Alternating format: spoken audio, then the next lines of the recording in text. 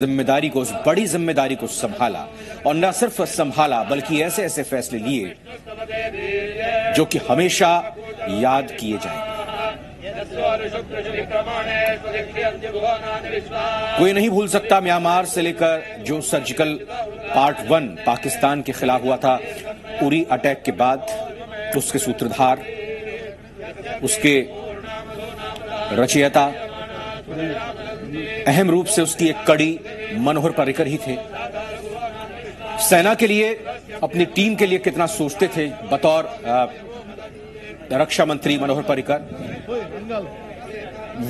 OROP, one rank one pension की जो मांग लगातार दशकों से पूरी नहीं हो पा रही थी और मोदी सरकार का ये वादा था, ये अहम वादा था और साथ ही साथ चूंकि एक बड़ा विभाग, एक बड़ी जिम्मेदारी दी गई थी मनोहर पर्रिकर के कंधों पर, तो विश्वास था। देखिए अब मुखाग्नि उनके बेटे की तरफ से दी गई। हर आंखें नम जो इस वक्त वहां मौजूद, और जाहिर तौर पर जो इस वक्त टीवी के जरिए मनोहर पर्रिकर का ये अंतिम क्रिया की अंतिम संस्कार देख रहे होंगे, जाहिर तौर पर मनोहर पर्रिकर को चाहते हैं और मनोहर पर्रिकर को मानते हैं और इसी वजह से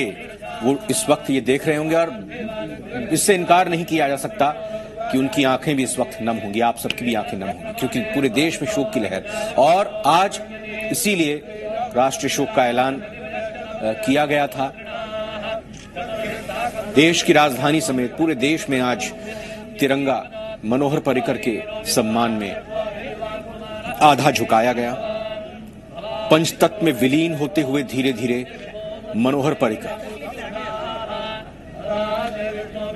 पर्रिकर ने संपूर्ण जीवन जो जिया, 63 साल की उम्र जाने की नहीं होती, लेकिन इस उम्र में, अपने इस जीवन के पड़ाव में उन्होंने न सिर्फ अपने कर्मों के जरिए एक ऐसी छाप छोड़ी है, बल्कि ये न सिर्फ राजनेताओं को बल्कि हर एक वर्ग को, हर एक शख्सियत को ये मोटिवेट करती है, ये एक जीवन की प्रेरणा देती है कि कर्म से बड़ा कुछ नहीं है। अगर आप भले ही अक्षम हो, अगर आप हालात आपके मुकाबिल ना हो, आपसे विपरीत हो, लेकिन आप उस विपरीत हवा में भी बहिए, आप उस विपरीत हवा का सामना डट के करते हुए उन विपरीत लहरों के चलिए और फिर देखिए कि किस तरह से वे विपरीत लहरें आपका रास्ता छोड़ देंगी और फिर आप ही के साथ बहने लगेंगी। जी हां, ये बात इसलिए क्योंकि कुछ तस्वीरें ऐसी सामने आई हाल फिलहाल में। 1 साल से जूझ रहे थे मनोहर पर्रिकर कैंसर की बीमारी से और उस दौरान भी उन्होंने गोवा के मुख्यमंत्री रहते हुए उनकी तस्वीर जब सामने आती थी अपने साथियों के साथ, अपने कैबिनेट मंत्रियों के साथ मीटिंग करते हुए, कहीं ना कहीं